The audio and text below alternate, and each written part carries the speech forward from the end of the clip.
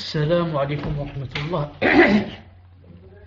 إن الحمد لله نحمده ونستعينه ونستغفره ونعوذ بالله من شرور أنفسنا ومن سيئات أعمالنا. من يهده الله فلا مضل له ومن يضلله فلا هادي له، وأشهد أن لا إله إلا الله وحده لا شريك له، وأشهد أن محمدا صلى الله عليه وسلم عبده ورسوله. يا أيها الذين آمنوا اتقوا الله حق تقاته ولا تموتن إلا وأنتم مسلمون. يا أيها الناس اتقوا ربكم الذي خلقكم من نفس واحدة وخلق منها زوجها وبث منهما رجالا كثيرا ونساء، واتقوا الله الذي تساءلون به والأرحام إن الله كان عليكم رقيبا. يا أيها الذين آمنوا اتقوا الله وقولوا قولا سديدا يصلح لكم أعمالكم ويغفر لكم ذنوبكم، ومن يطع الله ورسوله فقد فاز فوزا عظيما. ألا إن أصدق الكلام كلام الله، وخير الهدي هدي محمد عليه الصلاة والسلام، وشر الأمور محدثاتها، وكل محدثة بدعة، وكل بدعة ضلالة، وكل ضلالة في النار. أما بعد، حياكم الله. En cette soirée du 14 Sha'ban, mardi 14 Sha'ban 1441 de l'Hégire, correspondant au 7 avril 2020. Inch'Allah Ta'ala, aujourd'hui nous allons commencer un nouveau livre qui s'appelle Ashr Qawa'id fi Tazkiyat al-Nafs, c'est-à-dire 10 règles dans la purification de l'âme. Et ce livre a été écrit par le savant Cheikh Abdelrazak al-Badr, hafidhahullah ta'ala, le fils du grand savant Cheikh Mohsin al-Abbad. Donc ce livre comporte 10 règles. Aujourd'hui, Inch'Allah ta'ala, on va faire la première règle et peut-être, Allahu alam, c'est pas très sûr, la deuxième règle.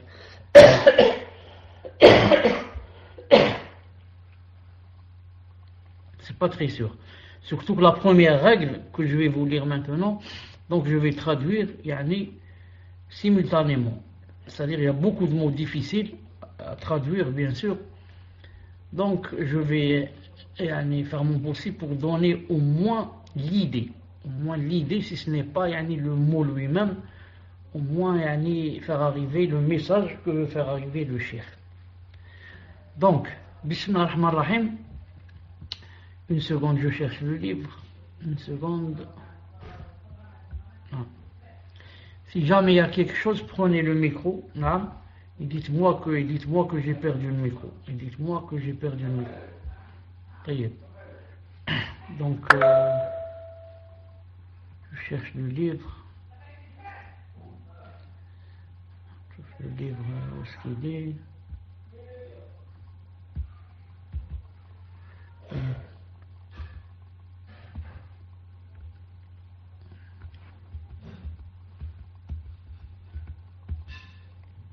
Donc le livre dit, dans l'introduction, Alhamdulillahi Rabbil Alamin, wassalatu wassalamu ala ashrafil anbiya'i wa khatam al-mursalin, nabiyina wa qudwatina wa qurrati a'yunina Muhammad ibn Abdillah al-Hadi al-Amin, wa ala alihi wa sahbihi ajma'in, wa man sara ala hadihim ila yawm ad-din.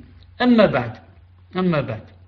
Il a dit, fa an-nafsu التي بين جنبي الإنسان أمر عظيم. L'âme qui se trouve entre les deux flancs, c'est-à-dire les deux côtés de l'homme et la femme, bien sûr.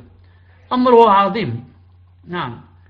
Son cas est vraiment important. وشأنه كبير.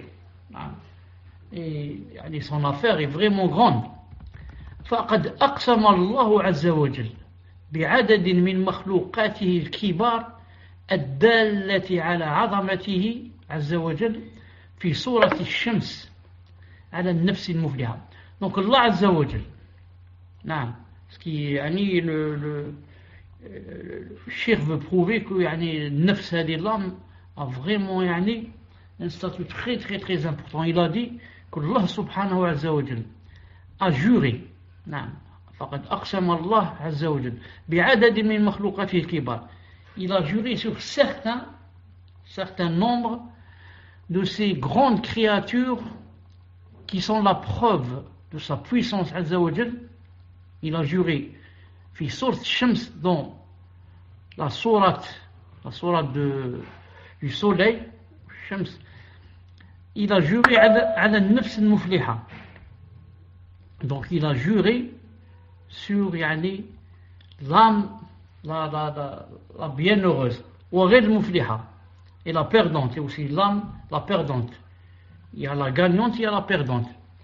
فقال تعالى, donc il a cité que Allah subhanahu wa ta'ala a dit والشمس وضحاها والشمس وضحاها.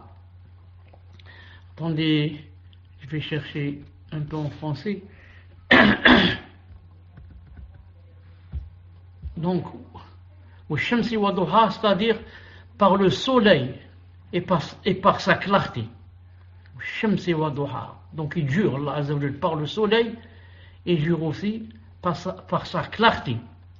والنهار إذا جلها الشمس وضحاها, عفوا والشمس وضحاها والقمر إذا تلاها. Ensuite il jure et par la lune quand elle le suit, par la lune quand elle suit le soleil. والنهار إذا جلها, et par le jour quand il l'éclaire. والأرض وما طحاها, عفوا avant cela والسماء وما بناها. Bon, je ne sais pas où je suis, je répète والشمس وضحاها والقمر إذا تلاها والنهار إذا جلاها والليل إذا يغشاها, et par la nuit quand elle l'enveloppe. C'est le 4, verset numéro 4. Et par la nuit quand elle l'enveloppe. Non. Verset 5. والسماء وما بناها والسماء وما بناها, et par le ciel et celui qui l'a construit.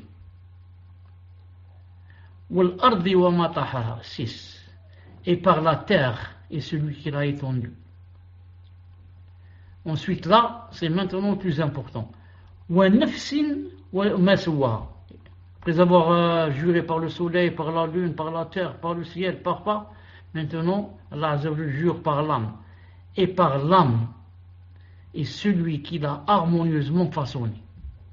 Et par l'âme et celui qui l'a harmonieusement façonné. فَأَلْهَمَهَا فُجُورَهَا وَتَقْوَاهَا. Il lui a alors inspiré son immoralité, c'est-à-dire à l'âme, il lui a inspiré son immoralité, de même que sa piété. Donc toute âme, Allah Azza wa Jal lui a inspiré son immoralité et lui a inspiré aussi sa piété. Donc Allah Azza wa Jal nous a donné les deux, et il nous a bien montré, il nous a dit attention à ce que vous vous penchiez du côté de son immoralité. Mais il faut que vous penchiez, que vous travaillez du côté de sa piété, sa pureté. C'est pour ça, il a dit juste après cela, il a dit قَدْ أَفْلَحَ مَنْ زَكَّاهَا. A réussi, certes, celui qui l'a purifié. وَقَدْ خَابَ مَنْ دَسَّاهَا. Et est perdu, est devenu des perdants, certes, celui qui l'a corrompu. Donc, c'est très clair. Nafs, Allah Azza wa Jal, a juré par elle tellement elle est importante. Il nous a bien montré qu'il lui a donné deux choses. Il lui a inspiré son immoralité et il lui a inspiré sa piété. Ensuite, il a bien montré, il a dit a réussi, certes, celui qui l'a purifié. Donc, notre âme, on a un but envers elle, c'est quoi? De la purifier. Et si on la purifie, c'est que vraiment on a réussi. C'est Allah qui dit cela. Et si quelqu'un la délaisse, il délaisse son âme, elle la laisse comme ça, elle fait ce qu'elle veut, alors il a dit, et est perdu, et rentre dans les perdants, certes celui qui la corrompt. La corrompre, c'est-à-dire ne pas la purifier. La corrompre, ne pas la purifier. Donc, tout revient à quoi? Tout revient à la personne elle-même. Est-ce que, elle a purifié son âme, ou bien elle a corrompu son âme. Si elle trouve qu'elle a purifié son âme, cette personne deviendra heureuse. Alhamdulillah, c'est Allah Ta'ala qui lui a dit, certes est heureux celui qui a purifié son âme. Si la personne a corrompu son âme, alors dans ce cas, elle ne se blâme qu'elle-même. Qu'elle ne dise pas c'est Allah subhanahu wa ta'ala qui m'a corrompu. C'est toi qui t'es corrompu. C'est toi qui as corrompu ton âme. C'est toi qui n'a pas été sévère avec ton âme. Tu l'as laissé faire ce qu'elle veut. Tout ce qu'elle demande, tu lui donnes. Alors maintenant, elle est corrompue et toi tu es corrompu. C'est un peu comme quelqu'un qui va rentrer dans, qu'Allah Ta'ala nous préserve, il va rentrer dans la drogue. Ça y est, ensuite, est-ce qu'il peut, après avoir corrompu son âme, est-ce qu'il peut sortir de la drogue? Il ne peut pas sortir. Sauf si vraiment Allah Ta'ala lui donne une faveur. Là, son âme est corrompue, il ne demande que ça, il ne demande que ça, il peut, très difficile de sortir. المهم قوله الشيخ عبد الرزاق حفظه الله تعالى dit قوله عز وجل sa parole عز وجل قد أفلح من زكاها. قد أفلح a réussi celui où il a été heureux, celui qui l'a purifié. Il a dit أصل الزكاة, la base du mot zakat, parce que le verset parle de la zakat, de la purification de l'âme. Il a dit la base de la purification, هي الزيادة في الخير. Zakat, c'est quoi? C'est ziyada, l'augmentation dans le bien. L'augmentation dans le bien. Ceux qui ont peur, par exemple, sortir la zakat de leur argent, on leur dit au contraire, plus vous sortez, et plus votre argent va augmenter, plus la baraka va descendre sur lui, plus il va un petit peu d'argent, ça va t'acheter beaucoup de choses. Et celui qui ne donne pas la zakat, il a des milliards, il n'achète rien. Et s'il achète quelque chose, ça se brûle, ça part en faillite, on lui vole tout, on lui brûle tout, et comme ça. والمراد بالآية هنا أن من سعى في تزكية نفسه وإصلاحها وسموها بالاستكثار من الطاعات والخيرات والابتعاد عن الشرور والسيئات تحقق فلاحه. Il a dit, et ce que veut dire ici Allah Azza wa Jalla dans le verset قد أفلح من زكاها, a réussi, ou là est bien heureux celui qui l'a purifié, il a dit, il veut dire que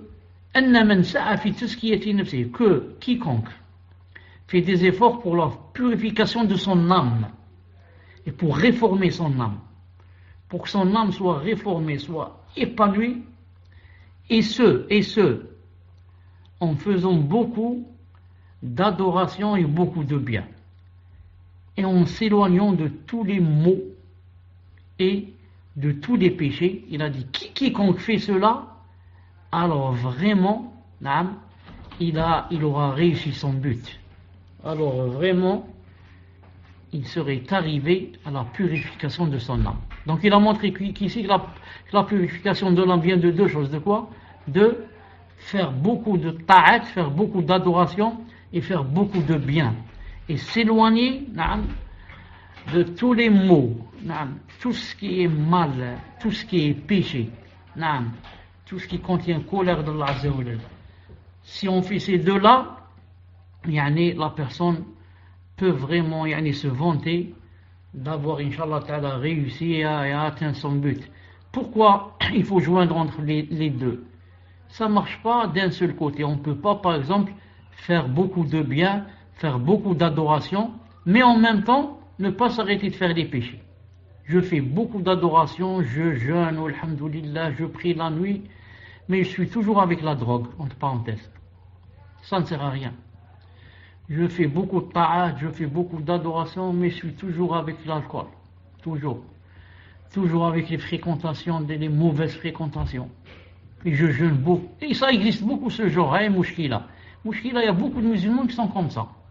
Quand il commence à te raconter ce qu'il fait, tu t'étonnes. Il jeûne plus que toi, il jeûne 13, 14, 15, il jeûne lundi, jeudi, Ashura, prière de la nuit.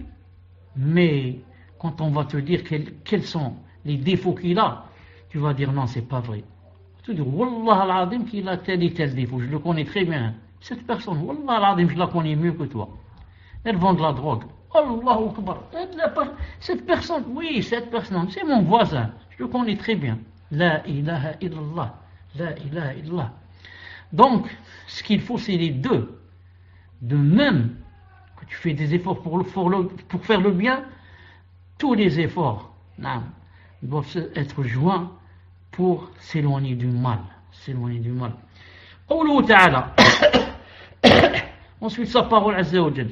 وقد خاب من دساها. قد خاب fait partie des perdants. Celui qui la corrompt. Celui qui corrompt son âme.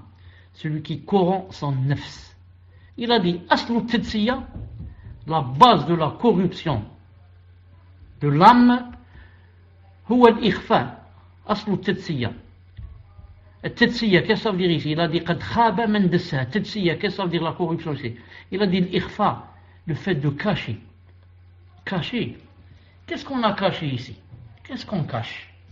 Il a dit فالعاصي قد أخفى نفسه الكريمة بفعل الآثام. Non. Donc, la corruption, c'est la base de la corruption, c'est quoi? C'est le fait de cacher.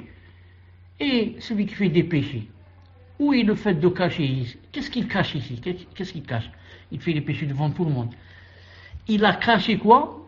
Il a caché son nafs, son âme, al-karima.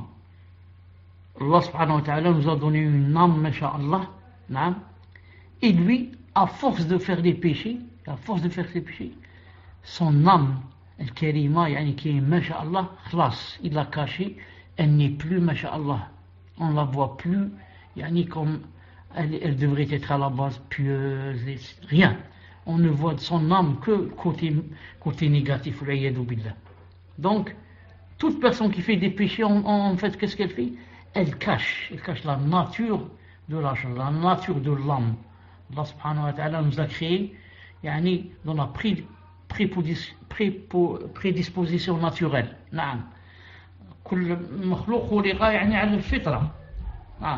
Mais regardez cette personne, subhanallah al-azim, elle a une nefs de shaitan. Pourquoi? Où est son nefs la vraie? Elle a été cachée. Cachée par quoi? Par le fait de faire beaucoup de péchés. إذن قد أخفى نفسه الكريمة بفعل الآثام وطمرها بالرذائل والخسائس. Et maintenant il l'a rempli de choses viles et de bassesse. وقمعها il l'a خلاص il l'a mis sous ses pieds. قمعها وأهلكها بفعل العيوب. Et il l'a jeté dans la perdition, son âme. À force de faire quoi? À force de faire des péchés. À force, il l'a rempli de défauts. حتى صارت نفسا دنيئة وضيعة منحطة. Jusqu'à ce qu'elle soit devenue une âme vile, basse, vraiment basse, qui n'a aucune valeur. واستحقت بذلك الخيبة. Et par conséquent, elle mérite quoi? Elle mérite le khayba, elle mérite le khusran, elle mérite la perdition, elle mérite la perte, elle mérite que maintenant elle n'a plus de valeur,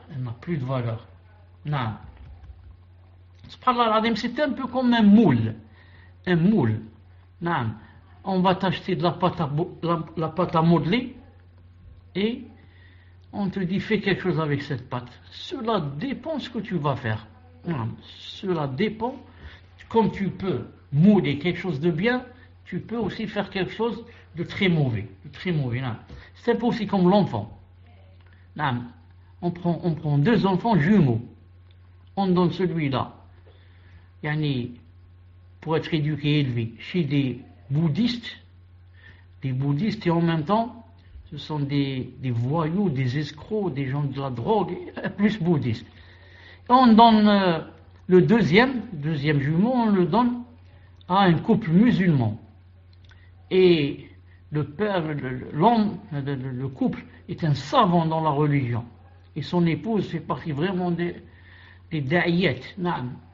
Et on va voir après quelques années, on va chez le bouddhiste, on lui dit, oui, le jumeau, on voudrait voir qu'est-ce qu'il devient. Et maintenant, il doit avoir 15 ans, qu'est-ce qu'il devient.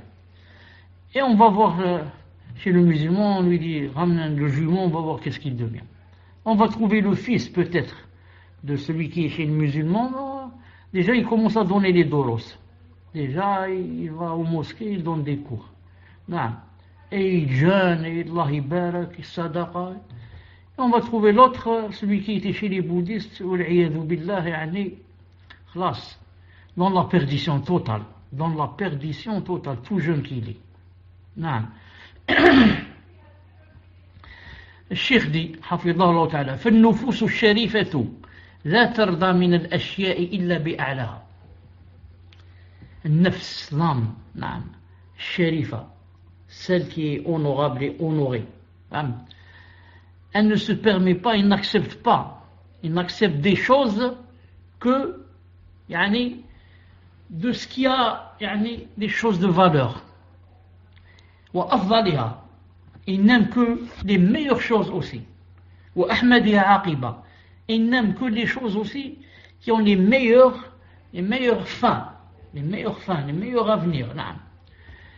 Contrairement aux nufus dania, quant aux âmes viles et basses, تحول حول الدناءات, elles tournent toujours et gravitent autour des bassesses, نعم, autour des péchés, autour des choses qui sont viles. وتقع عليها كما يقع الذباب على الأقدار. Et يعني, ces âmes viles qui gravitent autour des choses qui sont mal et autour des péchés, gravitent et tombent, et tombent sur elles, tombent sur les mauvaises choses, comme tombent ici, dit c'est pas les abeilles, les mouches, comme tombent les mouches sur les souillures. Donc les mauvaises choses, les mauvaises âmes tournent autour des mauvaises choses, gravitent autour d'elles et tombent sur les souillures. فالنفس الشريفة العالية لا ترضى بالظلم. L'âme, quand elle est vraiment يعني, pure, elle est haute et hautaine, elle n'accepte pas l'injustice, n'aime pas le ظلم. ولا بالفواحش, ni n'accepte les turpitudes. ولا بالسرقة, elle n'accepte pas le vol ou le khiyana, le fait de le khiyana, par exemple, je te laisse une amana, ensuite je te dis rends-moi la amana, tu me dis on me l'a prise, enfin le khiyana, alors que c'est pas vrai, tu es un kha'in. Pourquoi elle n'accepte pas ces choses-là? Parce qu'elle est plus grande que cela. Cette âme est plus grande que ces choses-là. Elle ne descend pas dans les bassesses, elle ne descend pas en bas. Non, elle ne descend pas. Une seconde, je vois ce qui se passe dans le paltok. Si le hala rahim leha. Paltok, qu'est-ce que vous m'entendez? Vous m'entendez, il n'y a rien de spécial. Aïe, alhamdoulilah. Sinon, prenez-moi le micro. Prenez le micro. Non.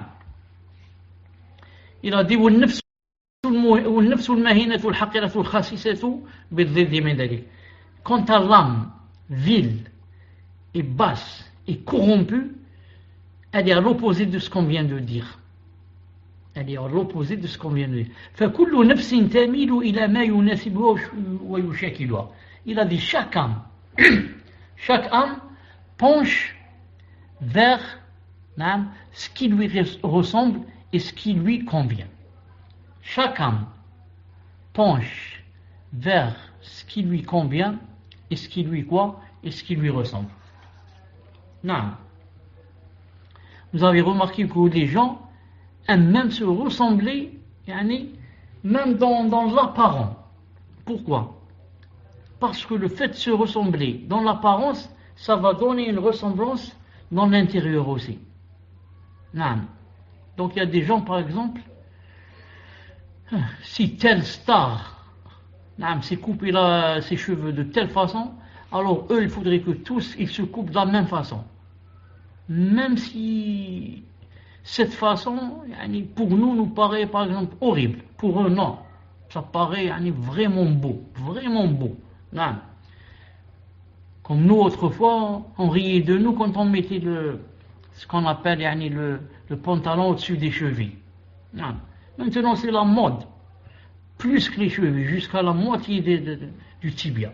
Ma'alish, parce que X et Y des chanteurs et des chanteuses s'habillent comme ça maintenant. Mais si c'est la religion qui dit ça, non. Là c'est pas bien. Non. Mais si c'est tel chanteur qui dit ça, oui. On va faire comme lui. On va faire comme lui. Non. Et les gens, au point, ils sont devenus des singes. Des singes. C'est le singe qui imite.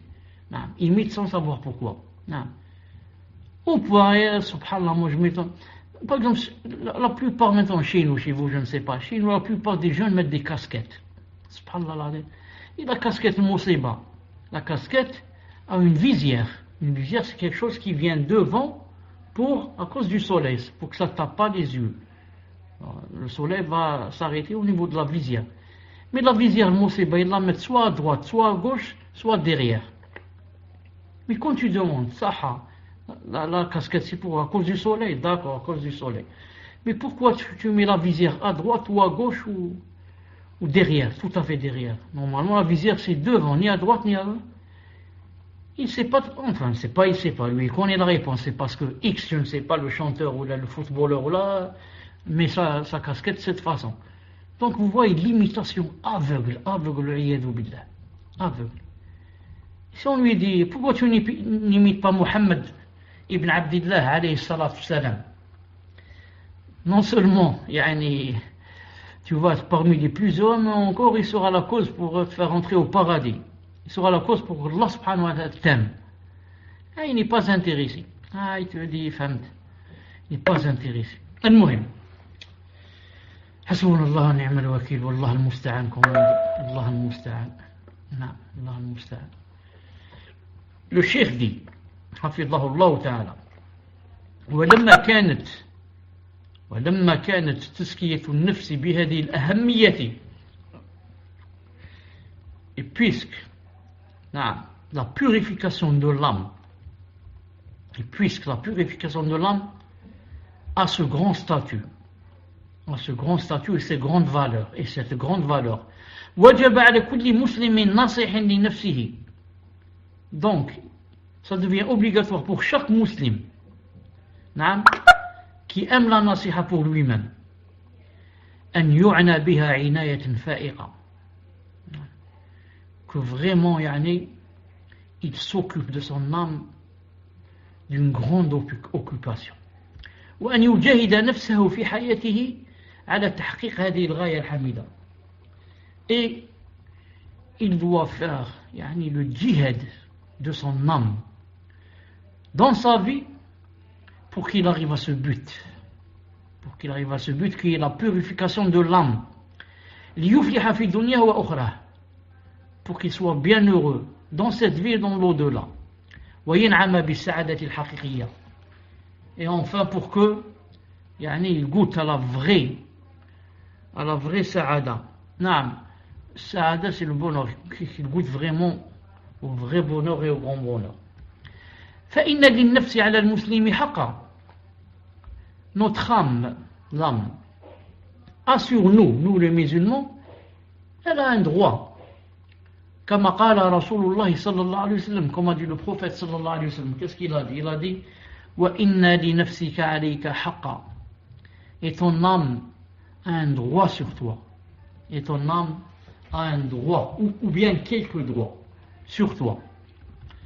ويخطئ من يظن أن حق النفس, et se trompe vraiment celui qui croit que le droit de l'âme sur nous يكون بالتشديد عليها, le droit qu'a donné Allah Azza wa Jalla et son prophète à notre âme sur nous. Il a dit, se trompe vraiment ceux qui croient que ce droit c'est quoi? C'est le fait donc يكون بالتشديد عليها, le fait d'être sévère envers son âme. وحرمانها من حقوقها التي فطر الله عليها, et la priver. Il croit que pour lui donner son droit à elle, on doit la priver de ce que Allah subhanahu wa ta'ala nous a nous a ordonné de lui donner. Naam. Et ceux qui croient que donner à son âme son haq, c'est la priver de ce dont elle a besoin. نعم. كما يخطئ من يظن أن حق النفس يكون بالتفريط. Comme se trompe aussi à l'opposé, نعم, celui qui croit que pour donner son haq à cette âme, alors il faut tout lui donner, la laisser faire ce qu'elle veut. Donc les gens ici se trouvent aux deux choses opposées, deux poids opposés. Ou bien il lui enlève tout, ou bien il lui donne tout. Alors, ou bien il lui enlève tout, ou bien il lui donne tout. نعم. وهيهات أن تكون تزكية النفس بمثل ذلك. Et c'est impossible que la purification de l'âme soit ainsi. بل تزكية النفس تكون بالمسالك الشرعية. Bien au contraire, la purification de l'âme doit être quoi? Doit se baser sur quoi? Sur les issues légiférées. En prenant des sabab, mais des causes légiférées. Et dans la médiation, dans toute chose, être au milieu, pas aux opposés. Donc, ni être de ce côté, ni être de l'opposé là-bas, tout à fait à l'opposé. Mais par contre, pour purifier son âme, il faut suivre le chemin du prophète sallallahu alayhi wa sallam. وسأذكر في هذا المختصر 10 قواعد. Il a dit, et dans ce petit livret ici, Cheikh Abd al-Razzaq hafidhahullah ta'ala dit, dans ce petit livret, je vais citer 10 règles. Je vais citer 10 règles très importantes. تعين المسلم على تزكية نفسه وتنميتها. 10 règles qui vont aider le musulman à purifier son âme et la faire épanouir. وتطهيرها من كل ما يدنسها ويشينها. Et qui va purifier son âme de tout ce qui peut la salir. Et l'avilir. As'alullah an yuzakkiya nufusana. Il a dit, je demande à Allah Azza wa Jalla de purifier nos âmes. Wa yusliha a'malana. Naam. Et de réformer nos œuvres. Wa yusaddid aqwalana.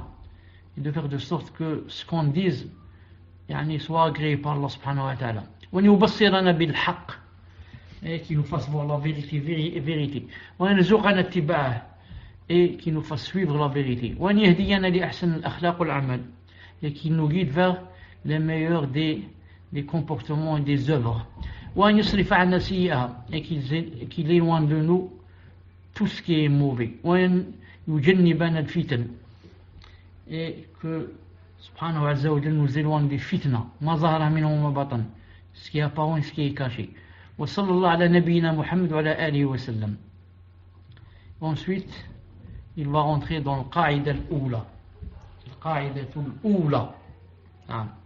Donc le qaïda al-oula, la première, qui est, Inch'Allah ta'ala, la première qaïda pour la purification de l'âme, s'appelle, il l'a appelé Cheikh, At-Tawhid, Aslu ma tazku bihi nufus.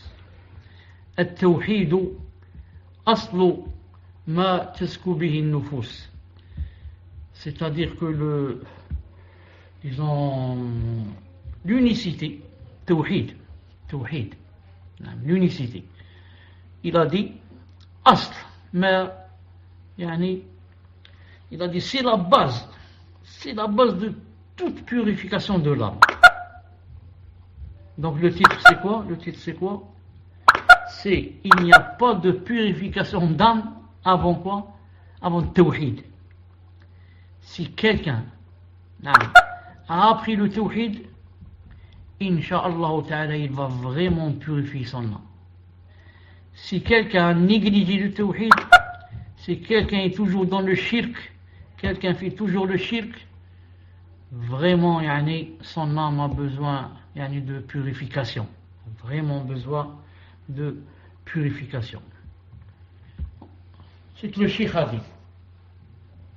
بسم الله الرحمن الرحيم إن التوحيد هو الغاية إن التوحيد هو الغاية التي من أجلها خلقنا الله.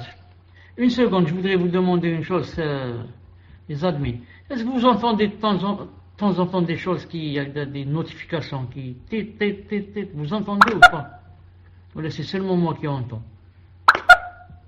اتفضل. Le tawhid est le fondement sur lequel les âmes se purifient.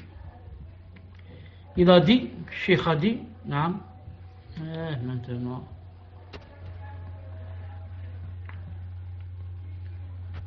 Une seconde, je vois que maintenant, il y a même la caméra qui joue. Une seconde.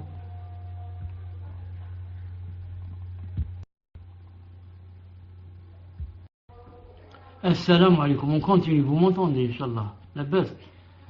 Aïe, alhamdoulilah. Maintenant, il n'y a plus de problème, Inch'Allah ta'ala. Il a dit, Inna at-tawhid huwa al-ghaya التي من أجلها خلقنا الله. Cheikh a dit, hafidallahu ta'ala, l'unicité, tawhid, huwa al-ghaya, c'est le but pour lequel Allah subhanahu wa ta'ala nous a créés et nous a fait venir sur ce monde, wa awjadana. كما قال تعالى وما خلقت الإنس وما خلقت الجن والإنس إلا ليعبدون. نعم, il a dit, comme a dit Allah Azza wa Jal, je n'ai créé les djinns et les ins que pour qu'ils m'adorent. وهو أيضا محور دعوة الأنبياء والرسل. Le cheikh dit, le tawhid, نعم, c'est aussi quoi? C'est aussi l'axe de la prédication et de la da'wa des messagers et des prophètes. كما قال الله تعالى ولقد بعثنا في كل أمة رسولا أن يعبدوا الله واجتنبوا الطاغوت. أن يعبدوا الله واجتنبوا الطاغوت. Et comme nous avons envoyé dans chaque communauté, un messager. Pourquoi? Pour leur dire adorez Allah et écartez-vous du tarout. Donc ça c'est un verset. Nous avons envoyé dans chaque communauté un messager. Pour dire quoi aux gens? Adorez Allah et écartez-vous du tarout. Adorez Allah et écartez-vous du tarout, c'est ça le tawhid. Adorez Allah subhanahu wa ta'ala et en même temps s'éloigner de tout ce qui est ce qui est contre l'adoration et ce qui est shaitan, ce qui est tarout, comme on a dit tout à l'heure. Donc il faut faire les deux, adorer et s'éloigner des mauvaises choses. C'est pas seulement faire le bien et s'éloigner du mal. Non. Donc adorer Allah et s'écarter du tarout. والتوحيد هو أول ما يجب على الإنسان للدخول في دين الإسلام. Le tawhid, c'est la première des choses obligatoires pour celui qui veut embrasser l'islam. Si quelqu'un n'est pas musulman, il veut embrasser l'islam, c'est quoi la première chose qui lui est demandée? La première chose qui lui est demandée, c'est tawhid. C'est qu'il dise Shahadu an la ilaha illallah, Shahadu anna Muhammadan abduhu wa rasuluhu. Non. Reste que il faudrait qu'il comprenne bien ce qu'il est en train de dire. Car s'il ne comprend pas ce qu'il est en train de dire, ça ne lui sert à rien qu'il dise la phrase. Et aussi, s'il comprend, il ne veut pas accepter son sens. Il dit juste, je l'ai dit comme ça. C'est pour ça que beaucoup croient, il me sait qu'il. Beaucoup de femmes arabes, d'Algériens, de Marocains, de Libanaises, de je ne sais pas. Elles savent que c'est pas possible de se marier avec un non-musulman. Elles savent. Et quand même, elles ramènent aux parents quelqu'un, et elle va dire, voilà, il veut rentrer en islam, et il est prêt, il dit la ilaha illallah. Alors tout ça, c'est pas vrai. Lui, personnellement, il sait même pas ce que ça veut dire la ilaha illallah. Il n'a aucune envie. C'est juste qu'à cause de la femme. Donc il dit la phrase sans même savoir ce que ça veut dire. Ni sans comprendre ce que ça veut dire, ni d'appliquer ce que ça veut dire. C'est juste pour le mariage, et elle aussi, elle dit comme ça, on a une couverture. Elle croit que Allah subhanahu wa ta'ala, on peut on peut ruser avec lui. Voilà, il a dit la ilaha illallah Muhammad Rasulullah, il a dit celui-là, khlas, il est musulman, il a dit. Non. Et Allah Azza wa Jal sait pourquoi il a dit, et si vraiment il a dit ou il n'a pas dit.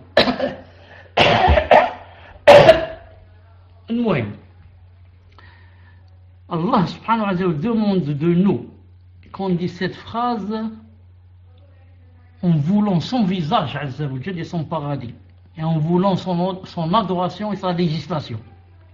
Voilà le but de ce que veut Allah Azza wa Jal de nous. المهم الشيخ دي والتوحيد نعم on a dit il a dit c'est la première des choses نعم pour entrer en islam. وكذلك هو أول ما يجب على الداعية إلى الله عز وجل أن يعلمه للناس. Il dit, et c'est aussi la première des choses, la première chose que le prédicateur doit enseigner aux gens, Et il a cité le dalil, كما قال النبي صلى الله عليه وسلم لمعاذ, comme a dit le prophète lorsqu'il a envoyé Mu'adh au Sham, il lui a dit, إنك تقدم على قوم أهل كتاب, فليكن أول ما تدعوهم إلى أن يوحدوا الله عز وجل. Il lui a dit, tu vas te rendre chez un peuple, ce sont des gens du livre. Fais donc en sorte que la première chose à laquelle tu vas les inviter soit d'attester qu'il n'y ait aucune divinité digne d'adoration en dehors d'Allah subhanahu wa ta'ala. Donc, le cheikh dit ici que la première des choses que le prédicateur doit faire apprendre aux gens, c'est quoi? C'est Tawhid. C'est Tawhid. Et il a cité le hadith du prophète sallallahu alayhi wa sallam quand il a envoyé Mu'adh aux gens, il lui a dit commence par leur apprendre quoi? Tawhid. C'est pour cela que parmi les signes, si tu veux avoir toi seul tu veux avoir comme ça des signes sur lesquels tu peux te baser pour savoir certaines choses. Il y en a des signes, alhamdoulilah. Allah Ta'ala nous a donné des signes. Les savants nous ont laissé des signes. Par exemple, tu veux savoir ce prêcheur-là, qui s'appelle Mohammed Ben Qaddour. Je ne sais pas comment il s'appelle. Je veux savoir, est-ce que celui-là, il est vraiment sur le minhaj, il est sur la vérité, ou alors il ne l'est pas? Comment faire pour savoir? C'est très simple. Je vais voir son cursus. Il a sûrement quelque chose sur Internet. Il a des cours. Non, montrez-moi ses cours. De quoi il parle dans ses cours? Sur quoi il insiste sur ses cours? Et on va voir. Si ses cours, c'est seulement le fiqh, c'est seulement la sira, c'est seulement, il parle sur le mirath. Le mirath, c'est comment hériter et ne pas hériter. Il parle sur ceci, cela. Il n'y a pas aqida. Alors que le prophète, qu'est-ce qu'il a dit à Mu'adh? Il lui a dit que la première des choses que tu dois leur montrer, c'est quoi? C'est le tawhid. Tu dois les appeler au tawhid bi'idnillah subhanahu wa ta'ala. Mais celui-là, il ne fait pas des cours de tawhid. Subhanallah al-azim. Donc c'est grave. Donc ça veut dire que vraiment il n'est pas sur le chemin du prophète alayhi salam. Celui qui n'apprend pas aux gens le tawhid, il n'insiste pas sur le tawhid, il n'est pas sur le chemin du prophète sallallahu alayhi wa sallam. Donc c'est qui? C'est un ikhwan, ou bien ahbash, ou bien un tablir, ou bien. Les sectes égarées, ça ne s'arrête pas. Mais c'est tout sauf un salafi. C'est tout sauf un salafi. Il n'y a pas de tawhid, il n'y a pas de salaf. Ça marche ensemble. S'il n'y a pas ceci, il n'y a pas l'autre. Non. Donc, et ensuite, aussi une chose très importante ici. Quand j'ai parlé de Ahbash, ça m'a rappelé ça. Et maintenant, il est possible que je rentre chez quelqu'un, je vois dans ses cours, c'est plein de tawhid. Tawhid. Oh, masha'Allah. Mais quel tawhid? Le tawhid dont on parlait les salaf, tawhid al-rububiyya ou l'uluhiyya ou bien l'ilahiyya, les deux c'est juste, ou l'asma ou sifat, ou bien tawhid ce qui a été inventé par les takfiri, tawhid al-hakimiyya et tawhid je ne sais quoi. Il n'y a pas de tawhid al-hakimiyya tout seul. Le tawhid de al-hakimiyya, il n'y a pas. Il se trouve dans tawhid al-rububiyya. Et certains l'ont mis aussi dans tawhid al-uluhiyya. Parce que c'est nous qui devons juger avec les lois d'Allah. Mais un tawhid tout seul, comme ça, yani, mustaqil, tawhid al-hakimiyya, il n'y a pas chez les salafs, tout seul. Donc attention, c'est quoi ce tawhid? C'est pas le tawhid des salafs. Ou bien je vais voir le tawhid des ahbash et des asha'ira. Le tawhid comme quoi Allah n'est pas deux. Voilà le vrai tawhid pour eux. Allah est un seul, un. Le contraire, 2, 3, 4. Allah, ce n'est ni 2 ni 3, c'est 4, c'est un. Toi tu dis qu'Allah est un seul. Oui. Alors, alhamdoulilah, toi tu es vrai, tu es un mouahid. Tu as dit Allah est un. Il n'en est pas deux. Et tawhid des noms, des attributs. Ah non, ça, il n'y a pas. Il n'y a pas. Vous allez dire Allah a deux mains, Allah a ceci. Ah non, non. On n'accepte pas ça. Alors tu vas trouver que c'est vraiment très grave ce qu'ils disent. Vraiment, vraiment très grave.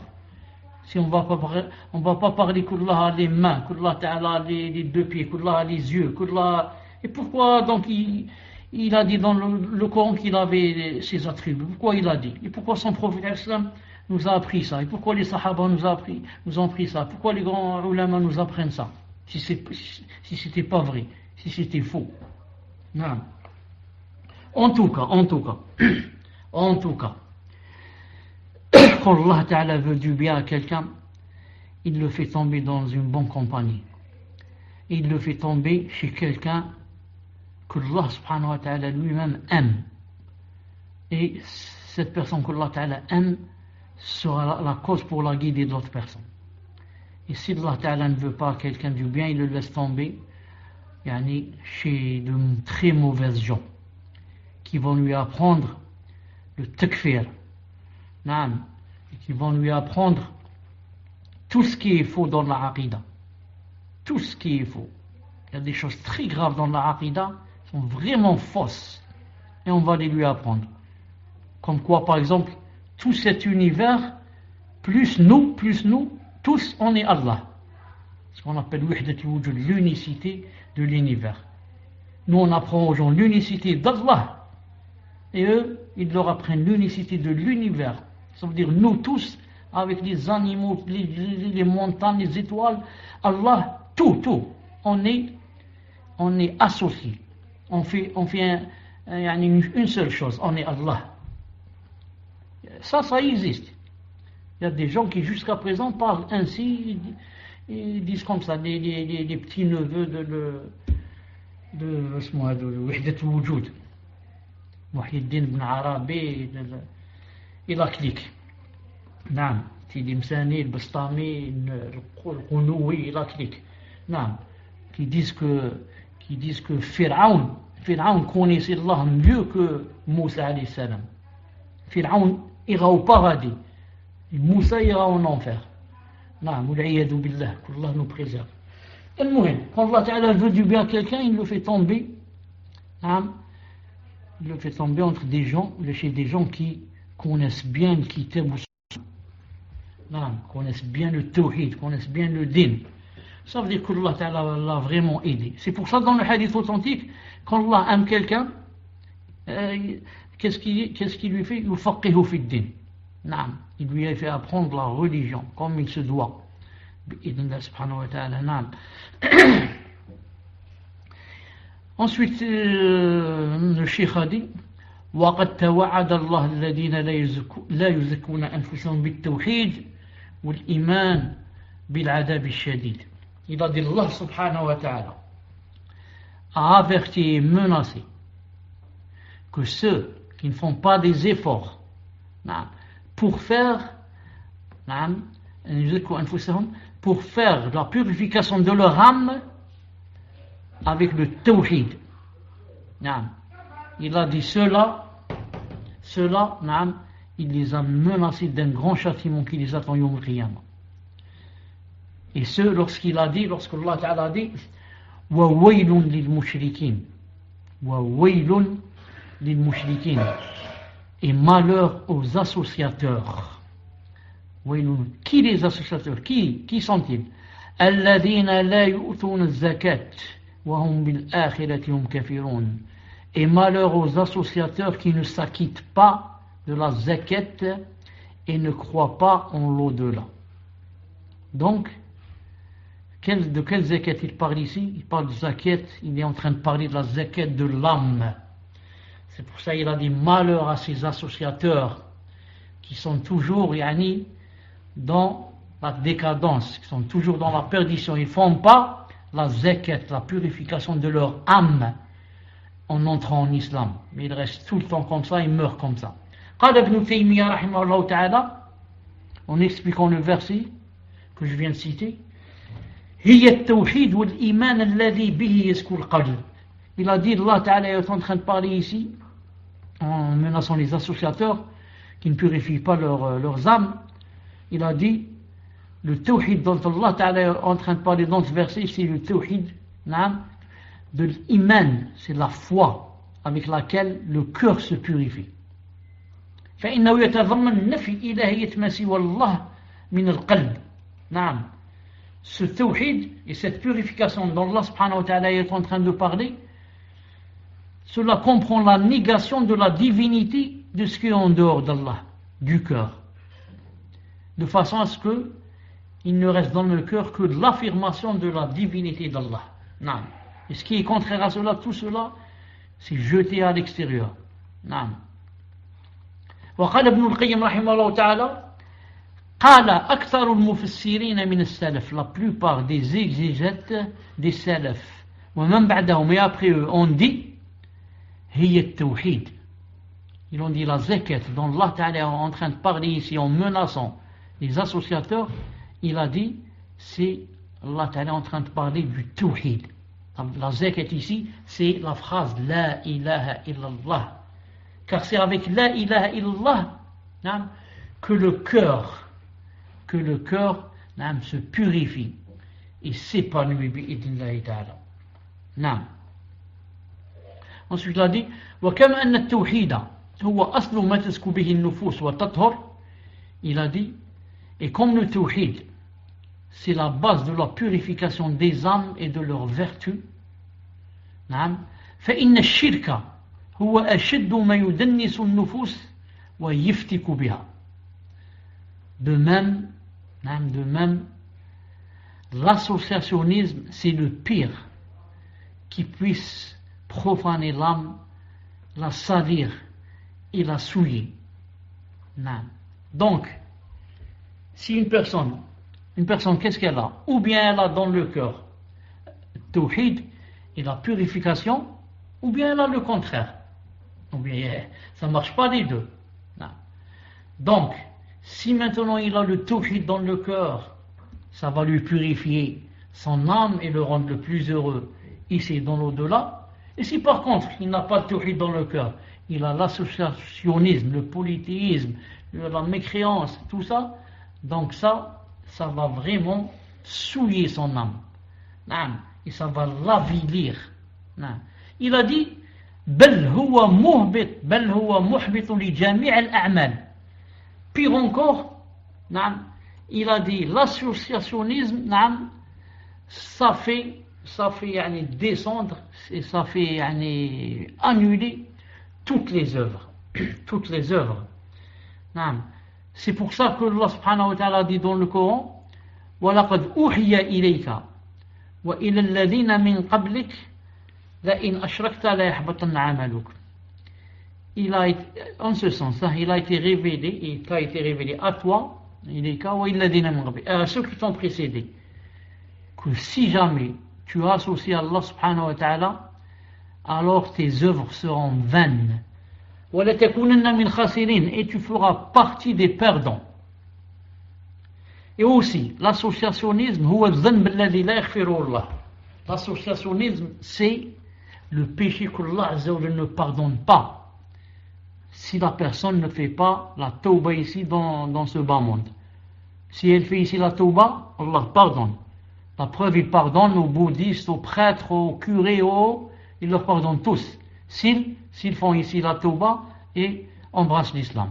Mais si jamais quelqu'un meurt avec l'associationnisme, Allah Ta'ala ne lui pardonne pas. Il a dit dans le Coran, Inna Allah la yaghfiru an yushraka bih, wa yaghfiru ma duna dhalika liman yasha. Allah subhanahu wa ta'ala ne pardonne pas qu'on lui donne quelque associé. À part cela, il pardonne à qui il veut. وحرم الله عز وجل الجنة على كل من شرك معه غيره. Et Allah subhanahu wa ta'ala a interdit le paradis à toute personne qui a fait de l'associationnisme avec Allah subhanahu wa ta'ala. Comme il a dit dans le Coran, إنه من يشرك بالله فقد حرم الله عليه الجنة ومأواه النار وما للظالمين من أنصار. Quiconque associe à Allah azza wa jalla d'autres divinités, Allah lui interdit le paradis et son refuge sera le feu. Et pour les injustes, pas de secoureur. Quiconque associe à Allah azza wa jalla d'autres divinités, Allah lui interdit le paradis et son refuge sera le feu. Et pour les injustes, pas de secoureur. Non. Pourquoi quand il dit, après avoir dit il lui interdit le paradis, il va dire et son refuge sera le feu? Pourquoi il ajoute cette phrase? Parce que quelqu'un peut-être, Shaitan va lui faire croire que bon, j'ai associé donc je ne vais pas rentrer au paradis, mais je ne vais pas rentrer aussi au feu. Alhamdoulilah, je ne rentre pas au paradis, c'est grave, mais je vais patienter.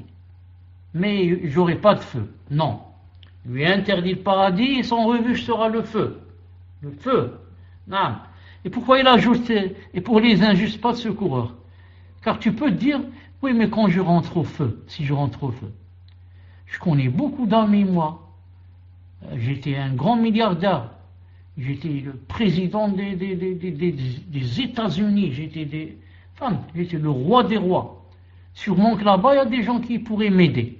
Allah Ta'ala t'enlève tout espoir et te dit, et pour les injustes, pas de secoureur.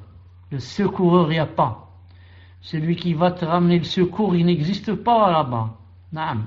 Donc attention, ne laisse pas le shaitan jouer. Tu as encore devant toi 20 ans, 30 ans, 40 ans, 50 ans. Je ne sais pas combien tu vas vivre. Une seule journée te suffit. Une journée. Si tu fais le repentir et tu embrasses l'islam et tu commences à pleurer et tu meurs maintenant, une seule journée, tu n'as même pas prié. Tu dis Alhamdulillah. Je dis, tu n'as pas prié, c'est-à-dire tu n'as pas eu le temps. Tu as dit Shahadun la ilaha illallah wa Muhammad abdu Rasulullah et tu es mort. Alhamdulillah. Alhamdulillah. Il y a même des sahaba, un sahabi qui est mort ainsi. Donc, il ne faut pas beaucoup, il faut pas beaucoup rêver. Il ne faut pas beaucoup rêver. Regarde bien devant toi, regarde ton passé et compare. نعم. فإذا حقق العبد التوحيد حصلت له الزكاة الكاملة. نعم. الإنسان il a dit si la personne نعم a concrétiser le tawhid, حصلت له الزكاة الكاملة. Alors, نعم, il a obtenu la parfaite purification. وحصلت له الهداية والأمن التامان في الدنيا والآخرة. Et en même temps, il a obtenu la parfaite guidée et la parfaite sécurité dans ce bas monde et l'au-delà. Quiconque a concrétisé le tawhid dans cette vie, il a vraiment obtenu la purification, la vraie. Et en même temps, il a obtenu la guidée et la sécurité. Pas seulement dans ce bas monde, mais aussi dans l'autre. Comme a dit Allah Azza wa Jal, الذين آمنوا ولم يلبسوا إيمانهم بظلم أولئك لهم الأمن وهم مهتدون. Ceux qui ont cru, et n'ont point troublé la pureté, n'ont point troublé leur foi. بظلم, الظلم ici c'est en faisant le shirk, c'est-à-dire ils n'ont pas fait le shirk, ils sont morts sur le tawhid. أولئك لهم الأمن, ceux-là ont la guidée, ceux-là ont la sécurité. وهم مهتدون, et ils ont la guidée بإذن الله سبحانه وتعالى, ils ont la guidée. Donc toute personne qui a cru en Allah subhanahu wa ta'ala et en même temps a concrétisé le tawhid et n'a pas entaché son tawhid avec le shirk et l'associationnisme, le polythéisme, ces gens-là ont la sécurité, وهم مهتدون, et ils ont la guidée dans ce bas monde et dans l'au-delà. Ici, ils ont la guidée, ils n'ont pas peur. Ils ont la sécurité, ils n'ont pas peur. Et ils n'auront pas peur là-bas, et c'est surtout là-bas qu'on aura peur. Ils n'auront pas peur quand ils vont rencontrer Allah Ta'ala. Mais ceux qui sont morts mouchriks, ceux qui sont morts mécréants, ceux qui sont morts pas musulmans, comment qu'ils vont rencontrer Allah Ta'ala? Qu'est-ce qu'ils vont lui dire? Comment vont-ils répondre? Parce qu'il va leur dire: oh mes serviteurs, ya ibadi, moi je vous ai créé. Vous avez profité de tous mes bienfaits. Vous avez vécu sur ma terre. Je vous faisais tomber de la pluie du ciel. Vous avez mangé les différents fruits qui puissent exister, les différentes sortes de viande et de poissons. Vous avez les vêtements, les meilleurs vêtements, vous les mettez en cuir, en ceci, en cela.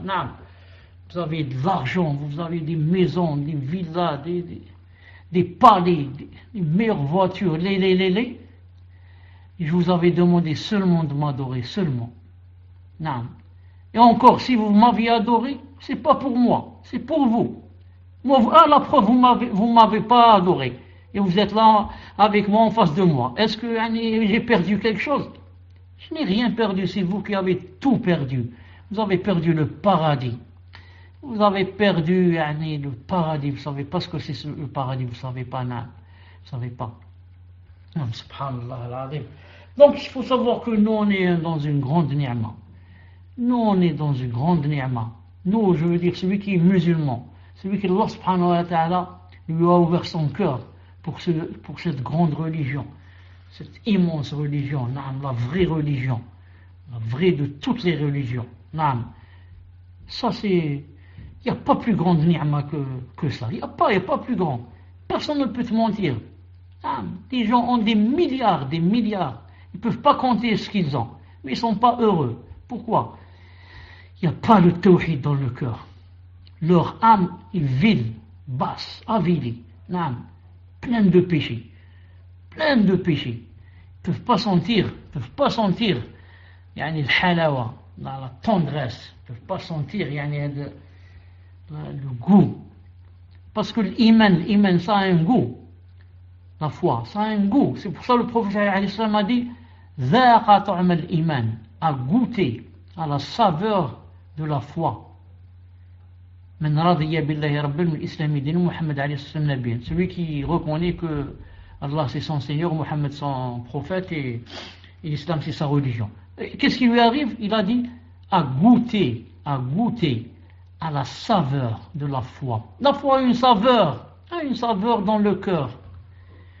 Tu es le plus pauvre, mais tu te sens le meilleur. Tu te sens le plus heureux en étant le plus pauvre. Pourquoi?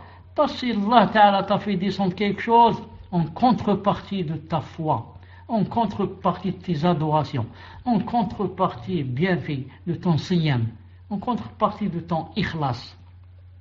Ikhlas, ta sincérité, en contrepartie du bien que tu fais. Allah Ta'ala te purifie, t'a purifié. Il t'a donné cette chose avec laquelle tu vis. Tu vis en n'ayant rien matériellement. Alhamdulillah. Tu te sens le meilleur. Tu te sens le meilleur et les autres te font de la peine. Des milliardaires, super milliardaires qui il s'est tatoué. Du cheveu jusqu'à l'orteil en bas, en croyant que c'est ça le bonheur. Il est sorti dans le désert comme un animal. Il va à la recherche du bonheur. À la recherche, il va dormir dans un oued. Il va manger là-bas des crapauds, les crabes ou je ne sais pas quoi. Et il dit: c'est ça le bonheur. Moi j'ai trouvé le bonheur, alhamdoulilah. Il n'y a pas plus heureux que moi. Il va fumer une cigarette de hashish.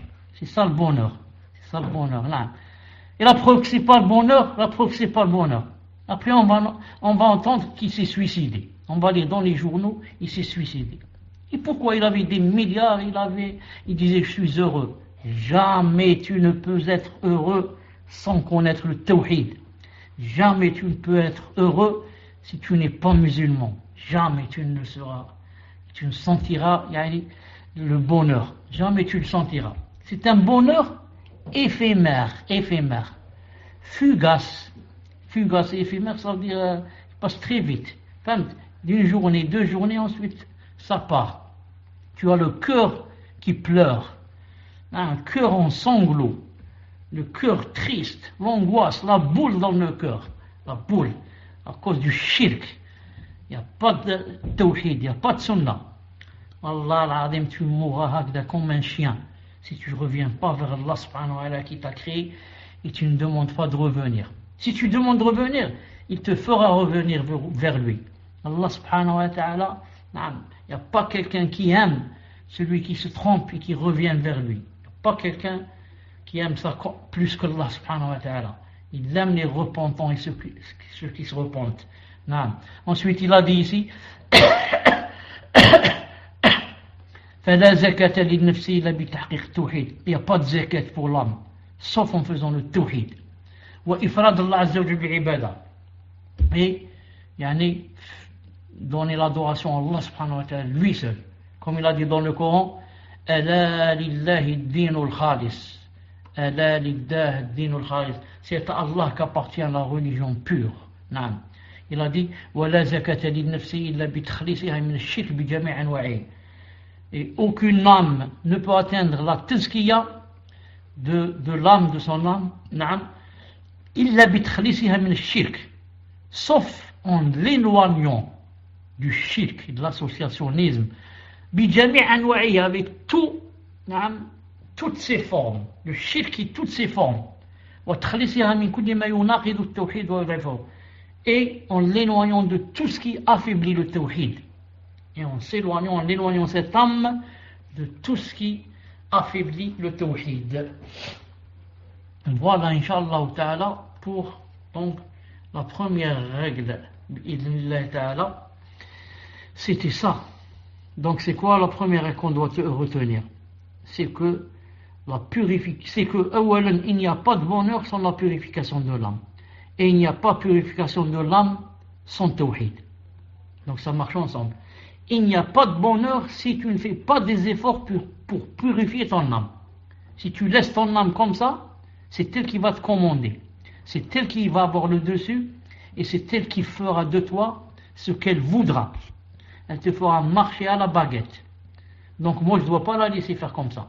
Donc moi je dois avoir le dessus sur elle. Comment vais-je faire? Je vais l'attacher avec des liens? Je ne peux pas. Je vais la bloquer avec le tawhid. Je vais lui apprendre le tawhid. Dans ce cas, elle va se purifier et elle va être matée. Comme on mate un cheval. Un cheval, si on ramène un cheval sauvage, personne ne pourra monter dessus. Mais après l'avoir maté, il devient comme un chat, bi'idhnillahi ta'ala. Voilà, Inch'Allah ta'ala, on se rencontre après Salat al-Isha pour des questions sur le sujet. سبحانك اللهم وبحمدك اشهد ان لا اله الا انت استغفرك واتوب اليك. السلام عليكم ورحمه الله وبركاته. Donc bismillah walhamdulillah wassalatu wassalam ala rasulillah. Première question, Cheikh. Quel est le mieux pour purifier son âme pendant le Ramadan? Lire le Coran en entier tout le mois ou bien apprendre et réviser les sourates? Jazakumullahu khayran. Salam alaikum, vous m'entendez? Alhamdulillah. Donc je n'ai rien entendu si tu as parlé ou tu n'as pas parlé, ni que j'ai entendu la question. Deuxièmement, quand je rentre dans le salon et je dis je suis prêt, ça ne veut pas dire que vous coupez le verset au milieu, vous l'arrêtez. Vous laissez le verset terminé, même s'il est long, on l'attend. Ensuite, vous descendez, vous me donnez le micro, Inch'Allah ta'ala. Donc je lis ici en face de moi. Quel est le mieux pour purifier? Quel est le mieux pour purifier son âme pendant le Ramadan? Lire le Coran en entier tout le monde ou bien apprendre et réviser Surat. Il n'y a pas quelque chose dans la Sunna ou dans le Coran qui dise que le mieux pour le Ramadan c'est ceci ou cela. Chaque personne, c'est d'après ce qu'elle ressent. Certains trouvent beaucoup de saveur dans le Coran à apprendre par exemple. Donc j'apprends le Coran pendant le Ramadan. D'autres non. Te disent c'est très difficile d'apprendre le Coran pendant le Ramadan. Moi je préfère lire, c'est tout. Alors il lit. D'autres disent, même la lecture, ça, c'est beaucoup pour moi. Je préfère lire le tafsir. Pendant le Coran, je profite, j'apprends le tafsir de plusieurs sourates. Et comme ça. Donc il n'y a pas quelque chose, on va dire, qui est standard. On va dire à tout le monde, écoutez, pendant le Coran, pendant le Ramadan, délaissez tout, apprenez seulement le Coran, ou bien lisez seulement le tafsir, ou bien. Cela dépend, de la personne, de ses penchants, de son temps vide, et comme ça. Comme ça disent les savants. C'est pour ça qu'ils disent que c'est pas vrai, pour ceux qui disent que les salafs, pendant le Coran, le Ramadan, ne lisaient que le Coran. Ils disent c'est pas vrai. Ils lisaient aussi le fiqh, ils lisaient la aqida, ils lisaient ça. Non. Donc, al-muhim, que la personne, craigne Allah subhanahu wa ta'ala au maximum, surtout pendant le Ramadan, et qu'elle fasse des efforts pour lire le Coran et s'investir dans la religion en général. Naam, tfaddal. Naam, Cheikh. Et là, est-ce que vous m'entendez, Cheikh? Alhamdulillah. Donc, deuxième question, Cheikh. Comment apprendre le tawhid? Et avez-vous le nom d'un livre d'un savant qui traite le sujet pour les débutants? Barakallahu fikum.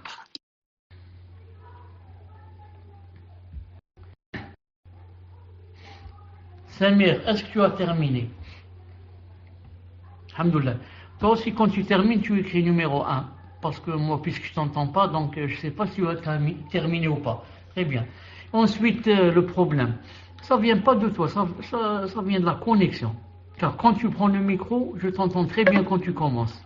Ensuite, il n'y a plus rien. Ensuite, quand je crois qu'il n'y a plus rien, je vais prendre le micro, je trouve que tu parles toujours. Et qu'il y a toujours des mots que tu es en train de dire. Donc c'est un problème de connexion, c'est tout. Non, je pense que c'est un problème de connexion. Al-Muhim, comment apprendre le tawhid? Avez-vous le nom d'un livre, d'un savant qui traite le sujet pour les débutants? Maintenant, vous m'entendez, Samir, parce que je suis en train de t'entendre en même temps. Non. Alhamdulillah. Donc pour apprendre le tawhid, il faut l'apprendre des savants reconnus pour leur science et reconnus pour leur bonne aqida. Et la personne qui a demandé quel est le nom du livre n'a pas demandé si le livre était en français ou en arabe. Donc je profite pour répondre pour les deux à la fois, qu'il soit en arabe ou en français. Vous savez très bien qu'il n'y a pas de savant comme ça français connu, comme est connu par exemple Cheikh Ibn Uthaymin ou le Cheikh Fawzan ou là. C'est pour ça donc que tous les livres sont en arabe. Reste que, alhamdoulilah, beaucoup de ces livres sont traduits. Beaucoup de ces livres sont traduits. Samir, je suis en train de t'écouter en même temps. Comment tu as pu prendre le micro en même temps?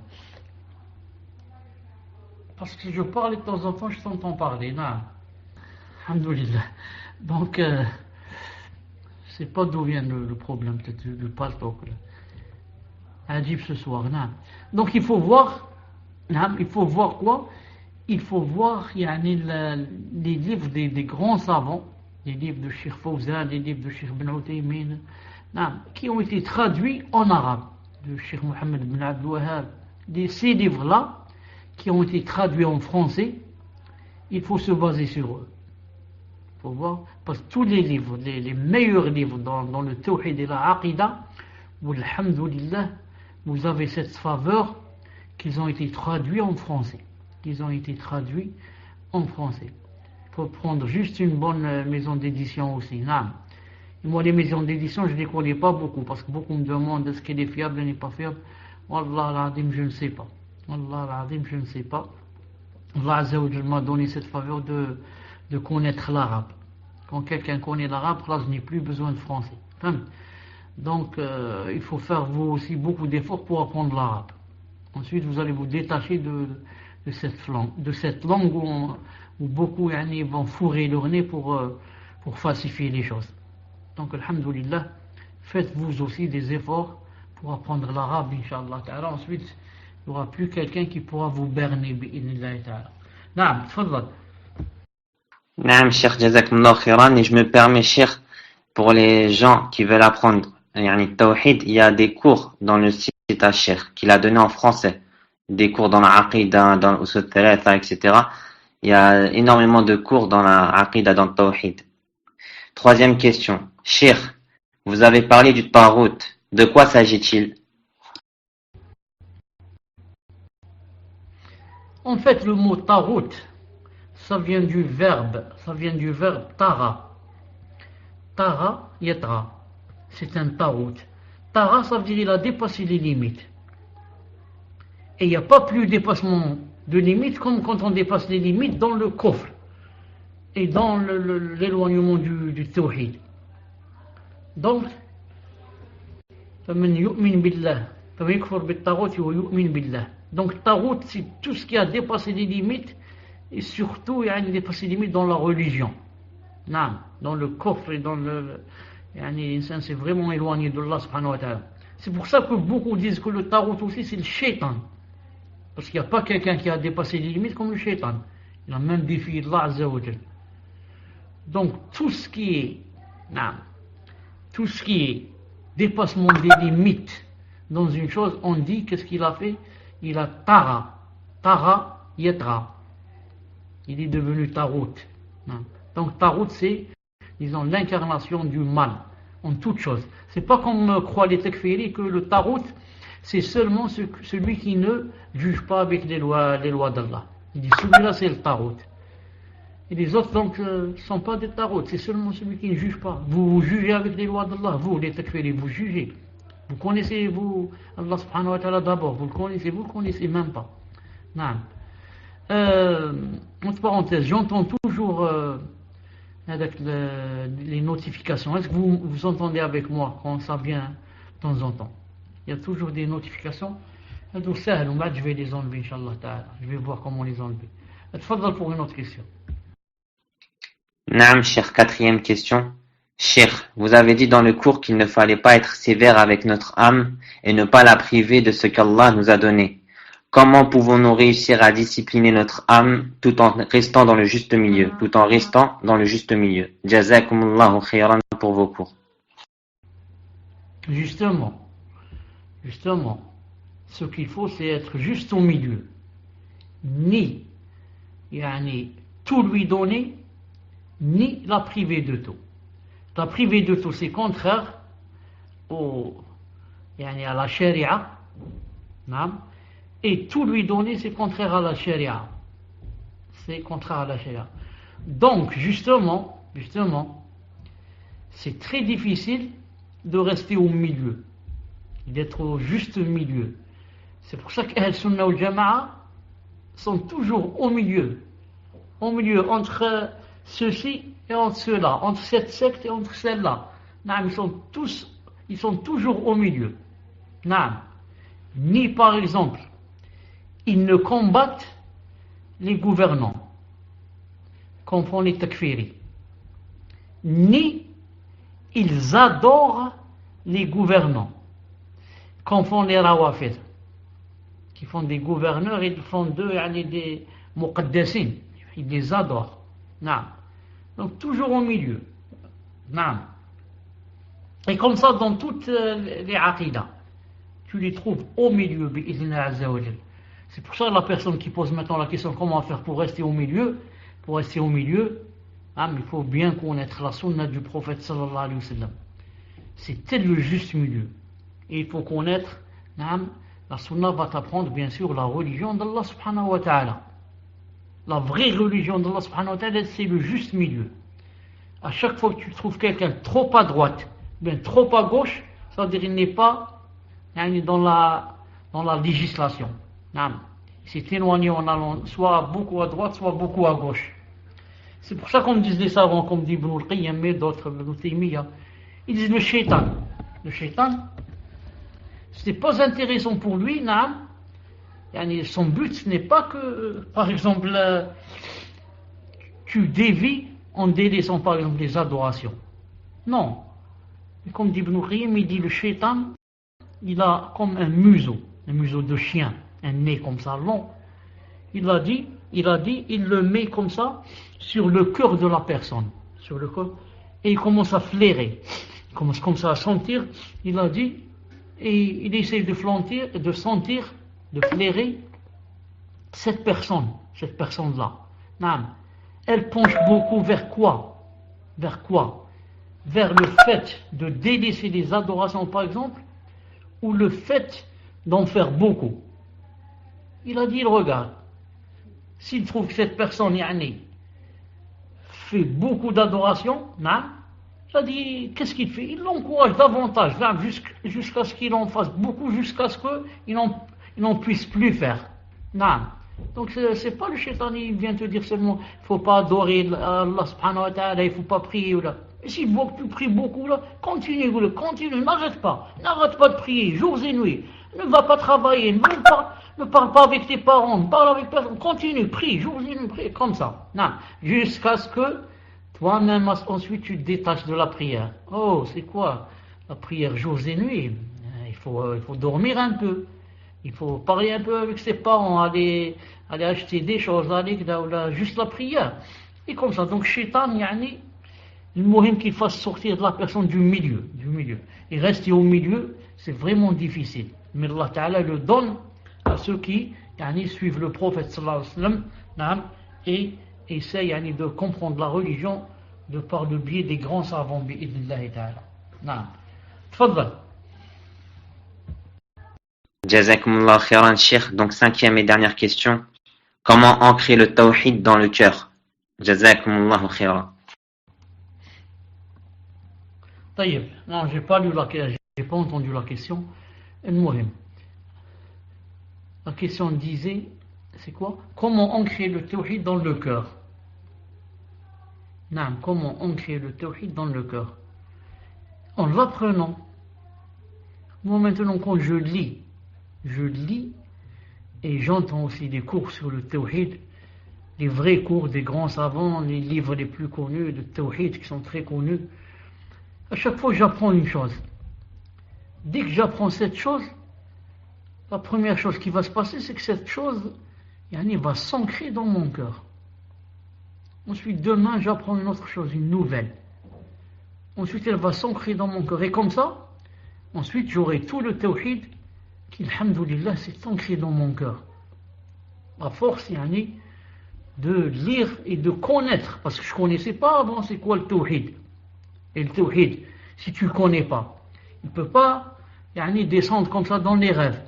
Tu t'endors, tu te lèves le matin, tu dis alhamdoulilah, mon cœur est plein de tawhid. Où est le tawhid? Il faut d'abord apprendre le tawhid. C'est quoi ces différentes sortes? Ce sont quoi ces annulatifs? Le tawhid a des annulatifs, comme les ablutions. C'est bien de faire des ablutions, mais encore faut-il les garder. Car si tu vas aux toilettes et tu sors, tu as perdu les ablutions. C'est bien d'avoir le tawhid, de le comprendre et de l'ancrer dans le cœur. Mais encore faut-il le garder jusqu'à mourir. Car il est possible que tu l'annules. Il est possible que tu l'annules. Comment annuler le tawhid? En faisant son contraire. En insultant Allah subhanahu wa ta'ala. En critiquant l'islam. En critiquant la législation, en riant de quelque chose. Là, on a annulé le tawhid. Donc, il faut bien le connaître pour qu'il s'ancre dans le cœur. Et ensuite, quand on l'a bien compris, il faut bien le préserver. Bi'idnillahi ta'ala. Zid, s'il y a encore quelques questions. S'il y a 2 ou 3 questions, zid, parce que c'est dans le tawhid. Et on a commencé les cours du tawhid, et comme tu as dit tout à l'heure, toi, il y a dans mon site, sur mon site, c'est plein de cours de tawhid, inshallah ta'ala, pour celui qui veut apprendre. Tfaddal. Naam, Cheikh. J'ai une autre question. Comme le Cheikh, dans sa risale, elle a beaucoup parlé de al-nafs. La question est, quelle est la différence entre al-ruh et al-nafs? Barakallahu fikum.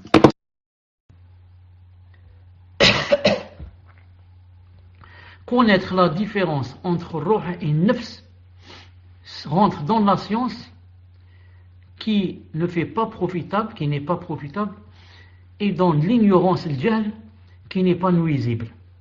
C'est-à-dire que, moi je vais vous dire la différence maintenant, mais avant de vous dire cela, celui qui connaît la différence, il ne va pas gagner et dire Alhamdulillah, moi je connais, l'autre il ne connaît pas. Et celui qui ne connaît pas la différence entre les deux, il ne va rien perdre. Il ne va pas dire ah, moi j'ai perdu, je ne connais pas la différence. Mais c'est toujours quelque chose qui rentre dans la science. Donc, d'antan, depuis des siècles et des siècles, les savants divergent. C'est quoi la différence entre ruh et entre nafs? Au point où chacun a donné sa différence, mais il n'y a rien, puisqu'il n'y a pas quelque chose du prophète sallallahu alayhi wa sallam, ni dans le Coran, donc il n'y a rien à 100% d'explicite. Mais, pour faire la différence entre les deux, on va dire que Ar-Ruh, c'est nafs avec laquelle on vit. S'il n'y a plus de ruh dans notre corps, on va mourir. Alors que nafs, c'est l'âme qui elle n'a pas rapport avec on va mourir ou pas mourir, mais elle a rapport avec si on nous fait mal par exemple, c'est elle qui reçoit le mal, nafs. Ensuite c'est elle qui ordonne de faire cette chose si elle est bonne ou cette chose si elle est mauvaise. C'est pour ça après on regrette, c'est nafs qui t'a poussé, c'est pas ruh. Alors que ruh c'est pour vivre. Et nafs c'est pour donner des ordres, recevoir des ordres, pour vouloir une chose, ne pas vouloir la volonté, et comme ça. C'est à peu près, voici la grande différence entre ruh et nafs. Fadal, est-ce qu'il y a autre chose? Cheikh, j'ai reçu une question, on a reçu une question, mais je n'ai pas compris cette question. Donc je vais vous la lire quand même, ne sait-on jamais. À vous de me dire, Cheikh, si vous avez compris. Un mécréant qui entend qu'un non-musulman, s'il meurt mécréant, sera interdit au paradis, et on rigole de manière à faire comprendre qu'elle n'y croit pas, et que ce sont des paroles mensongères, et parallèlement dit parfois, des fois je parle à Allah, pour faire croire qu'elle croit en l'existence d'Allah Azza wa Jal. Est-elle sincère? Jazakumullahu khayra. Taïb, Samir, tu m'entends maintenant? Donc, alhamdoulilah, moi, je n'ai pas entendu un mot de ce que tu as dit, sauf le début, un mécréant qui entend qu'un non-musulman, s'il meurt mécréant, ensuite ça s'est coupé. Mais ce que je veux savoir, avant que je ne lise la question, alhamdoulilah, elle est en face de moi, est-ce que les autres t'entendent ou pas?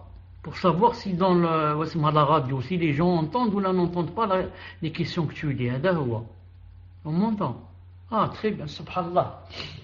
Donc c'est la connexion, le problème c'est ici en Algérie, alhamdoulilah.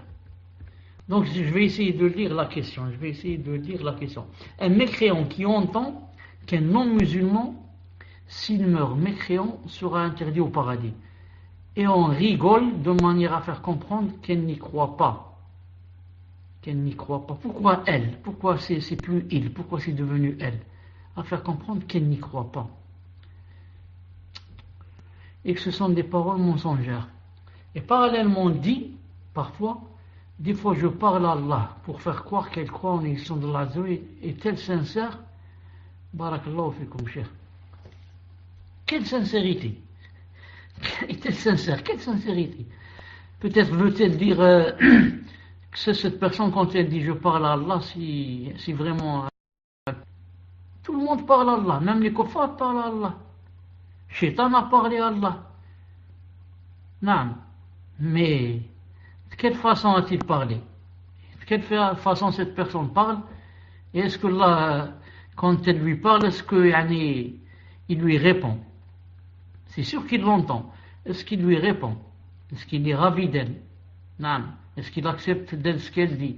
Est-ce que si elle lui dit doigt, il lui exauce? Non. Mais ce qu'a dit ici cette personne, c'est vraiment une khalota. Non. Un mécréant qui entend qu'un non-musulman, s'il meurt, non mécréant sera interdit au paradis, on rigole. Là, je n'ai plus là la phrase devant moi, elle est montée. Femt, si tu peux la réafficher, elle est montée la phrase. Un mécréant qui entend qu'un non-musulman, s'il meurt au paradis, on rigole, de manière à faire comprendre qu'il n'y croit pas, que ce sont des paroles mensongères. Il n'y croit pas en quoi? Il n'y croit pas en quoi? En Allah ou là il n'y croit pas qu'il n'ira pas au paradis, ça c'est pas clair. Ce sont des paroles mensongères. Je ne sais pas qu'est-ce qui est mensonger, est-ce que le fait qu'il n'aille pas au paradis ou là que le paradis existe ou là, c'est pas clair. Et parallèlement, des fois je parle à Allah, cette personne qui dit comme ça, elle est libre de dire maintenant ce qu'elle veut. Et il lui a montré deux chemins, il lui a dit regarde, ce chemin il mène vers moi, et ce chemin mène vers l'enfer et le shaitan. Choisis qui tu veux, mais après avoir choisi l'autre, c'est-à-dire celui du feu, il ne faut pas regretter quand on arrive devant Allah subhanahu wa ta'ala, car ça ne sert à rien. Cheikh, vous avez terminé, Cheikh? Alhamdulillah. Attendez, Cheikh, je mets sur mon téléphone, je crois que j'ai reçu une question. Une seconde. Naam, Cheikh, j'ai reçu une dernière question. Donc, 7e question. Vous avez cité les personnes qui se moquent de la religion. Est-ce que se moquer du djilbab, barbe, etc. annule le tawhid et fait sortir de l'islam? Vous avez cité les personnes qui se moquent de la religion. Est-ce que se moquer du djilbab, barbe, oui, ça fait sortir de l'islam. Se moquer du siwak, c'est rien, c'est un bout de bâton. C'est un bout de bâton, ça. Si quelqu'un va dire, c'est quoi ce bout de bâton, c'est de la khorti, c'est de ceci, allez, il sort de l'islam. Sauf s'il ne savait pas qu'il fait partie de l'islam. Il ne savait pas. Mais maintenant, s'il sait, qu'est-ce que ça veut dire le siwak. Il sait c'est quoi le djilbab, il sait c'est quoi la barbe. Et il ne se moque pas de la personne. Il se moque du djilbab lui-même et de la barbe elle-même et du siwak lui-même. Il sort de l'islam. Non, il a annulé son islam. Il doit réentrer de nouveau, s'il veut rentrer de nouveau en islam. Et des millions, je ne dis pas des milliers, des millions, sortent de l'islam sans le savoir. Parce qu'il dit ces choses ne sont pas, c'est pas grave ce que j'ai dit. Moi, je sais que Dieu existe, ça suffit. Dieu existe, et je sais qu'il y a un paradis ou un enfer, c'est tout. Ça suffit. Ensuite, ris et moque-toi des musulmans et de leur rite, et de leur hajj, et de leur salat, et de leur siyam, et de leur kebsh, de leur mouton d'Aïd. Ris d'eux et moque-toi d'eux, et crois ça ne fait pas sortir de l'islam. Toutes ces choses qu'Allah Ta'ala a légiférées, dans le Coran ou par le biais de son prophète, ça vient de qui? Ça vient d'Allah subhanahu wa ta'ala. Et ça vient du prophète, tu es en train de te moquer de qui? Donc tu es en train de te moquer d'Allah azza wa jalla et de son prophète. Parce que ce sont eux qui ont légiféré cette chose. Non. Tu n'es pas en train de te moquer de la personne, tu es en train de te moquer avec quoi est venue cette personne. Elle est venue avec la sharia, avec la sunna, et toi tu te moques de ces choses-là. Tu te moques de ces choses-là. Non. C'est pour ça que c'est très grave. C'est très grave, vraiment très grave. Non. Qu'Allah Ta'ala nous préserve. Qu'Allah Subhanahu wa Ta'ala nous préserve. Certains savants ont dit, regarde, quand tu dis que le prophète sallallahu alayhi wa sallam était quelqu'un qui urinait, non. Normalement, c'est pas grave. Parce que même dans le Coran, c'est cité que les messagers allaient aux toilettes, comme c'est cité dans le Coran que tous les êtres humains vont aux toilettes. Mais qu'est-ce que tu veux dire par là? Tu veux dire que le prophète sallam urinait. Non. Qu'est-ce que tu veux dire par là? Si tu veux te moquer, ça veut dire que tu es sorti de l'islam. Mais si tu veux dire que c'est un être humain comme nous, il va aux toilettes et il vomit et il urine. Non. Dans ce cas, c'est accepté. Mais si tu veux dire que c'est quelqu'un qui urinait, qu'est-ce que tu veux dire par là? Pour faire rire les gens, qu'est-ce que tu veux dire il urinait? Donc attention, tu peux sortir de l'islam. Non. Donc, voilà, quel est ton but avec cette phrase? Pourquoi tu as choisi le prophète alayhi salam? Pourquoi tu ne parles pas de toi? Toi, tu urines jours et nuits, tu urines sur toi. Jusqu'à présent, tu urines sur toi. Plusieurs fois, tu te réveilles avec des couches. Pourquoi tu ne parles pas de toi? Non. Tfadal. Naam, Cheikh, jazakumullah khairan. Nous avons plus de questions, Cheikh. C'était la dernière question. Donc, barakallahu fikum, Cheikh, d'avoir pris le temps de nous enseigner toutes ces choses bénéfiques et profitables. Jazakumullah khairan, Cheikh, barakallahu fikum wa fi ilmikum. Est-ce que vous m'entendez à votre tour? Moi, je ne vous entends pas. Alhamdulillah. Donc, c'est dommage qu'il n'y ait plus de questions. C'est dans la aqida. Moi, j'aime beaucoup parler dans la aqida. قدر الله ما شاء فعل. De toute façon, les cours ont commencé. Donc, à bientôt, Inch'Allah ta'ala. Subhanak Allahumma bihamdik. Ashhadu an la ilaha illa ant. Astaghfiruka wa atubu ilayk. Assalamu alaikum wa rahmatullahi wa barakatuh.